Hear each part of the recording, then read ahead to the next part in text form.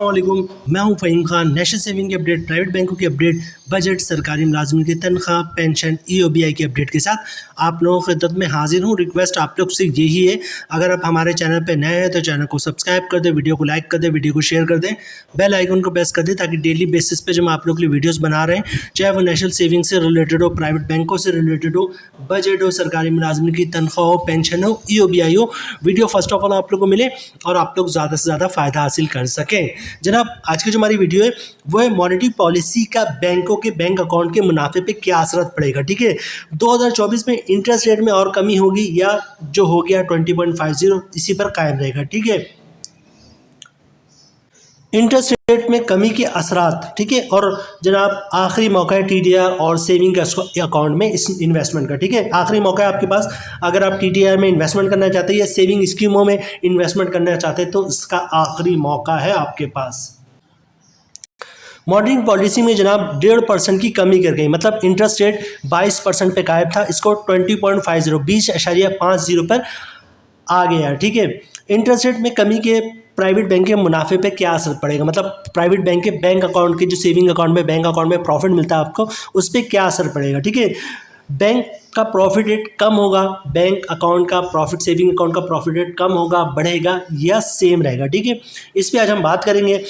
10 जून 2024 को जो है 4 साल बाद पहली दफ़ा ऐसा हुआ है कि जनाब इंटरेस्ट रेट में कमी वाक़ हुई, वरना पिछले 4 सालों से इंटरेस्ट रेट में मुसलसल इजाफा हो रहा था और इजाफा होते होते तक जनाब तारीख में, जहाँ तक मेरी नॉलेज है, आज तक मैंने इंटरेस्ट रेट 22% पर नहीं देखा था और 4 साल से इंटरेस्ट रेट में मुसलसल इजाफे की वजह से इंटरेस्ट रेट जो 22% तक पहुँच गया था। इंटरेस्ट रेट के बढ़ना किसी भी मुल्क के लिए खतरे की घंटी हो, मुल्क में कारोबार ख़त्म हो जाता है और ख़त्म होने लगता है। ठीक है, इंडस्ट्री बंद होने लगती है और महंगाई का तूफान आने लगता है।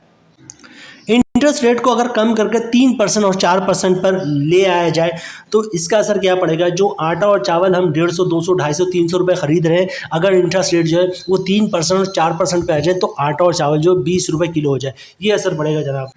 इंटरेस्ट रेट को अगर कम करके 3% और 4% कर दिया जाए तो बैंकों का जो मुनाफा है उस पर क्या असर पड़ेगा। अभी जैसे 22% पे जो है वो लोगों को जो मुनाफा मिल रहा था वो तकरीबन 1 लाख पे 1600-1700 रुपये मिल रहा था। ठीक है, अगर इंटरेस्ट रेट को कम करके 3% 4% कर दिया जाए तो जनाब आपसे जो बैंकों से जो प्रॉफिट मिल रहा है 1600-1700 रुपये, ये 3% और 4% पे आपको 200-250 रुपये जो है मंथली मुनाफा मिलेगा। इंटरेस्ट रेट जो होता है जनाब वो होता है डायरेक्टली प्रोपोर्शनल बैंकों के मुनाफे से। ठीक है, चाहे बैंक का मुनाफा हो या फिर नेशनल सेविंग का मुनाफा, मतलब ये कि जब जब इंटरेस्ट रेट बढ़ता रहता है उसी तरह जो है वो प्राइवेट बैंकों का या नेशनल सेविंग का मुनाफा रेट भी बढ़ता रहता है। ठीक है, इंटरेस्ट रेट 22% है था और आपने देखा होगा बैंकों का या फिर नेशनल सेविंग का जो प्रॉफिट है वो 23%, 24% तक चला गया था। ठीक है, ये सिर्फ इंटरेस्ट रेट बढ़ने की वजह से था, वरना तारीख में आज तक मैंने नहीं देखा तक कि इंटरेस्ट रेट 22% हो और बैंकों का मुनाफा 23%, 24% पे हो। ठीक है, ये सिर्फ इंटरेस्ट रेट बढ़ने की वजह से हुआ।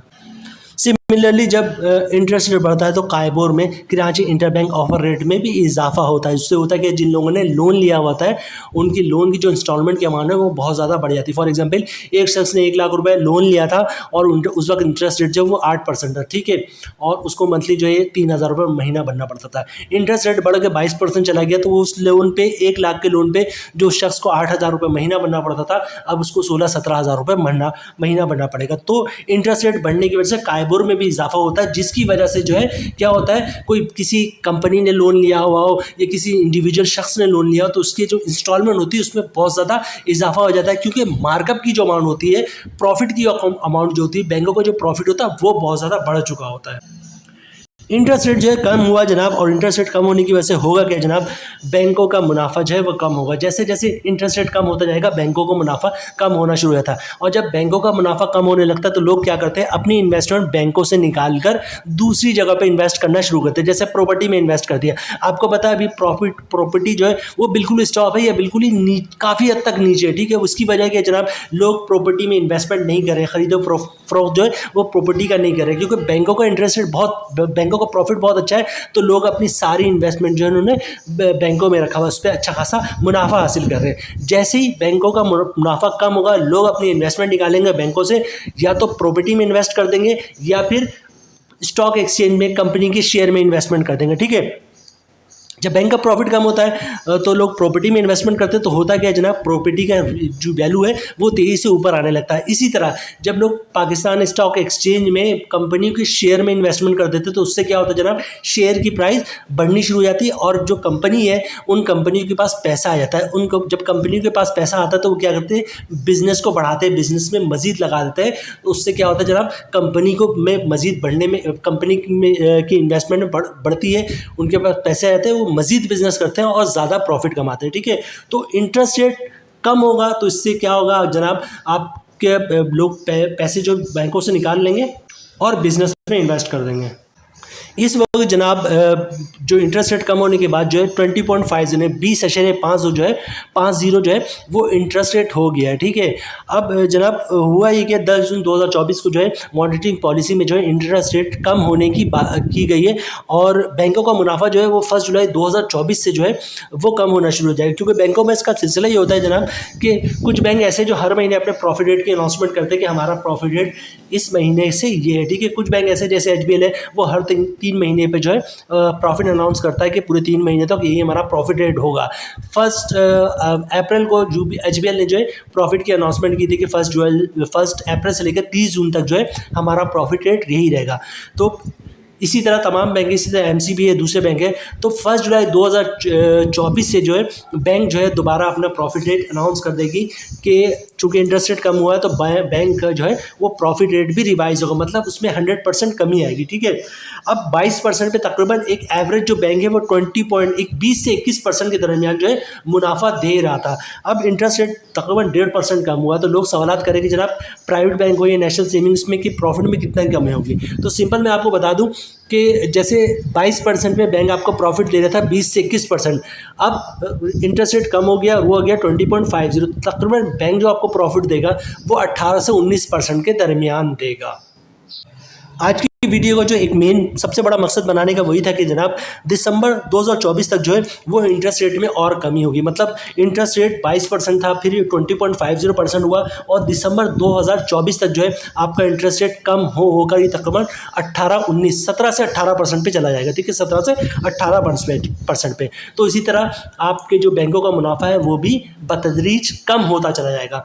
तो जैसे कि वीडियो के स्टार्ट में मैंने आप लोगों को बताया था, आप लोगों के पास आखिरी मौका है, आप लोगों ने जिन लोगों ने भी इन्वेस्टमेंट करती हैं बैंकों में, खास तौर पे फिक्स डिपॉजिट की बात हो रही है, क्योंकि सेविंग अकाउंट में अगर आप आज इन्वेस्ट करते हैं तो 10 दिन 15 दिन बाद क्या होगा जनाब, रेट रिवाइज होगा और सेविंग अकाउंट का रेट जो है वो हो जाएगा, फिर 2 महीने बाद दोबारा रेट रिवाइज होगा और जो भी रेट होगा सेविंग अकाउंट का वो हो जाएगा। लेकिन TDR या फिक्स डिपॉजिट है, उसका क्या है, जिस रेट पर आज आपने बुक करवा लिया, ठीक है, 1 साल के लिए बुक करवाया, 3 साल के लिए बुक करवाया, 5 साल के लिए बुक करवाया, 1 साल या 3 साल या 5 साल तक जो है जिस रेट पे आपने बुक करवाया उसी रेट पे आपको प्रॉफिट मिलता रहेगा। तो ये लास्ट चांस है जनाब, आपको अगर बैंकों में इन्वेस्टमेंट करना है फिक्स डिपॉजिट में तो कर ले, TDR बुक करवा ले, ताकि 1 साल 3 साल या 5 साल के लिए जो है आपका रेट फिक्स हो जाए और 1 साल या 3 साल या 5 साल तक जो है आपको इसी रेट पर मुनाफा मिलता रहे जो अभी चल रहा है। ठीक है, क्योंकि 1 जुलाई से रेट रिवाइज हो जाएगा और अभी 10-12 दिन है। ठीक है, 2-3 दिन छुट्टी के आ गए ईद के, उसके बाद जो है 10 दिन आई थिंक होंगे वर्किंग डेज। तो इसमें आपने जो भी फिक्स डिपॉजिट में TDR में, चाहे वो नेशनल सेविंग हो या प्राइवेट बैंक हो, HBL हो, MCB हो, UBL हो, जहाँ भी आपने इन्वेस्टमेंट करनी है, या फिर माइक्रो फाइनेंस बैंक हो, यू बैंक में बहुत ज़्यादा लोग इन्वेस्टमेंट करते हैं, या फिर खुशहाली माइक्रो फाइनेंस बैंक में बहुत ज़्यादा इन्वेस्टमेंट करते हैं, जिसमें भी आपने इन्वेस्टमेंट करनी है इस 10 दिनों के अंदर आपने कर लेनी है। अदरवाइज़ जुलाई में भी जो प्राइवेट बैंकों के मुनाफे में कमी आएगी और उसके बाद 2-3 महीने बाद फिर जो है मॉनेटरी पॉलिसी की अनाउंसमेंट होंगी और उसमें भी जो इंटरेस्ट रेट है वो कम होना, मतलब बैंकों का मुनाफा जो है अब कंटिन्यूसली कम ही होना है, क्योंकि इंटरेस्ट रेट मुसलसल कम होता चला जाएगा और 2025 में जो है वो इंटरेस्ट रेट में और कमी वाक़ा होगी। तो जनाब यहाँ पे हम अपनी वीडियो ख़त्म करते हैं, मिलते हैं नेक्स्ट वीडियो में इंशाल्लाह, तब तक के लिए अल्लाह हाफिज़।